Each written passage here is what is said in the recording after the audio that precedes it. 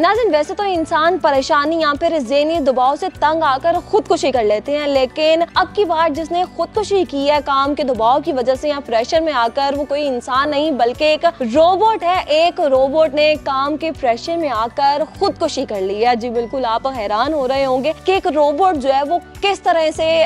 खुदकुशी कर सकता है, या उसको क्या मालूम कि उससे काम ज्यादा लिया जा रहा है या कम लिया जा रहा है, क्योंकि रोबोट्स के अंदर तो फीलिंग्स नाम की कोई चीज होती ही नहीं है। खैर, ये वाकया है जनूबी कोरिया का, जहाँ पर एक रोबोट जो है वो जब नाकिस हो गया तो ये खबर सामने आई कि इसने खुदकुशी कर लिया, और खुदकुशी की वजह भी ये सामने आई, ये बताई गई कि जी इससे काम बहुत ही ज्यादा लिया जाता था, जिसकी वजह से प्रेशर में आकर रोबोट ने जो है अपनी जान दे दी है। अब ये रोबोट जो है जनूबी कोरिया के सिटी हॉल में काम करता था, और इसको यहाँ पर काम करते हुए तकरीबन 1 साल का अरसा गुजर चुका था। अब ये जो काम करता था, इसकी ड्यूटीज में डॉक्यूमेंट्स की डिलीवरी, इंफॉर्मेशन और एडवर्टीजमेंट जैसे काम शामिल थे। ये तमाम काम जो है रोबोट पिछले 1 साल से करता आ रहा था। अगर इस रोबोट की टाइमिंग की बात की जाए तो इसकी टाइमिंग जो थी वो सुबह 9 से 6 बजे तक थी। अब अगर हम अपनी बात करें, इंसानों की बात करें, तो हम 9 से 5 वाली टाइमिंग में बहुत ज्यादा तंग आ जाते हैं। तो ये तो फिर रोबोट था और इससे 1 घंटा हमसे ज्यादा काम लिया जा रहा था, तो शायद इस वजह से रोबोट जो है काफी तंग आ गया कि जी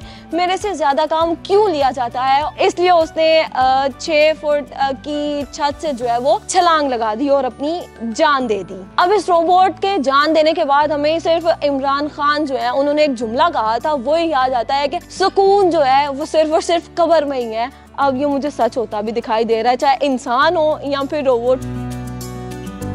ये रोबोट जो है खुदकुशी कैसे कर सकता है, इस सवाल के जवाब में कुछ टीम्स थी, उनको बुलाया गया वहां पर चेकिंग के लिए। तो उन्होंने बताया कि इसकी प्रोग्रामिंग के साथ किसी ने छेड़छाड़ की थी, इस वजह से इसके अंदर टेक्निकल फॉल्ट जो है वो आया। ये रोबोट के तमाम जो टुकड़े हैं जो गिरने के बाद उसके हुए थे, उसको फेंक नहीं दिया गया बल्कि उसको जमा करके रख लिया गया, और अब इसकी तहकीकात जारी है कि इसके साथ आखिर हुआ क्या था। जनूबी कोरिया वैसे भी रोबोट्स के हवाले से काफी ज्यादा फेमस है, क्योंकि सबसे ज्यादा रोबोट्स जो है यहाँ पर पाए जाते हैं, और ये भी कहा जा सकता है कि यहाँ पर 10 लोगों की बजाय एक रोबोट से वो काम लिए जाते हैं। यानी 10 लोगों को यहाँ पर हायर नहीं किया जाता किस कंपनी में, बल्कि उन 10 लोगों की जगह एक रोबोट को रख लिया जाता है। तो वो जगह जहाँ पर लोगों से ज्यादा रोबोट्स काम करते हैं और वहाँ पर इस तरह का कोई वाकया हो जाए तो ये एक